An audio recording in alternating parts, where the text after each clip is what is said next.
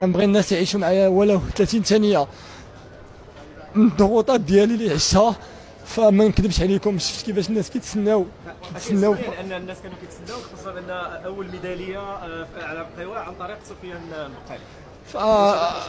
ماشي الضغط ديال هذا الشيء، اما الضغط اللي كان عندي هذه السنه هذه هو كانت عندي اصابه قويه اللي ما انني ما استطعتش انني نتغلب عليها حتى لشهر 4. عاد قدرت حتى الابريل يلاه كنتمنى اني نتشافى من الاصابه ديالي، فكانت حتى المشاركه ديالي في الالعاب الاولمبيه ما مضموناش. فالحمد لله ربي كبير، وكنشوف كيفاش رجعت وكيفاش برضات الوالدين، وربي وقف معايا باش انني رجعت وما خديتش السباقات، ولكني استطعت انني نتدارك التدريب ديالي ونرجع في النهار اللي خصني نكون فيه واجد، اللي هو هذا النهار هذا الكبير الحمد لله، ونهدي البلاد ديالي ميداليه غاليه.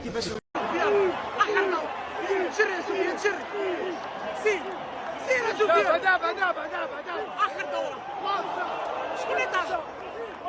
سير يا سفيان سير.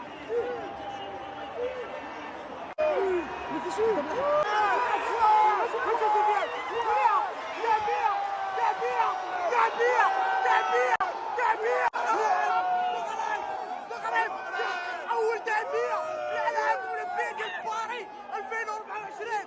ليتس جو، اول ميداليه وهي ذهبيه.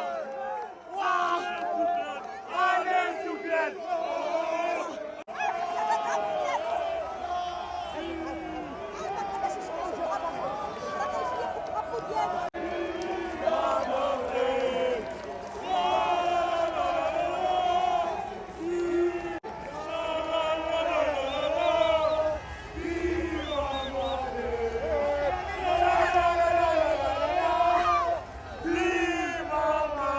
الحمد لله الصديق ديالنا محمد تيندوف طلع ودار داكشي اللي كان خصو يدار. فالحمد لله هضرت معاه في السباق، فقلت ليه يمكن لك تحرك ودير اللي بغيتي ماشي دير اللي بغيتي.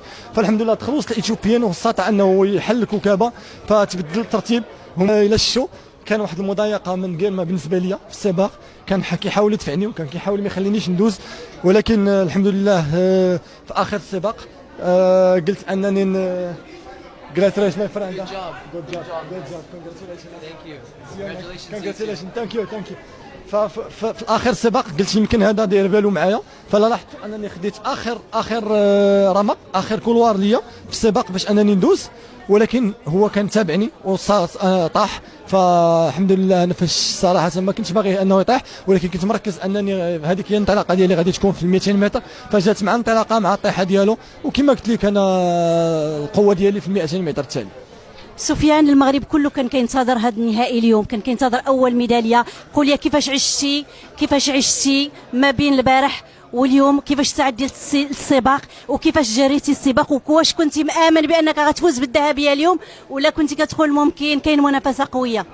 بصح المنافسه كاينه، ولكن كما قلت انا جيت من الاول انني غادي ناخذ الميداليه الذهبيه ولا شيء من غير الميداليه الذهبيه.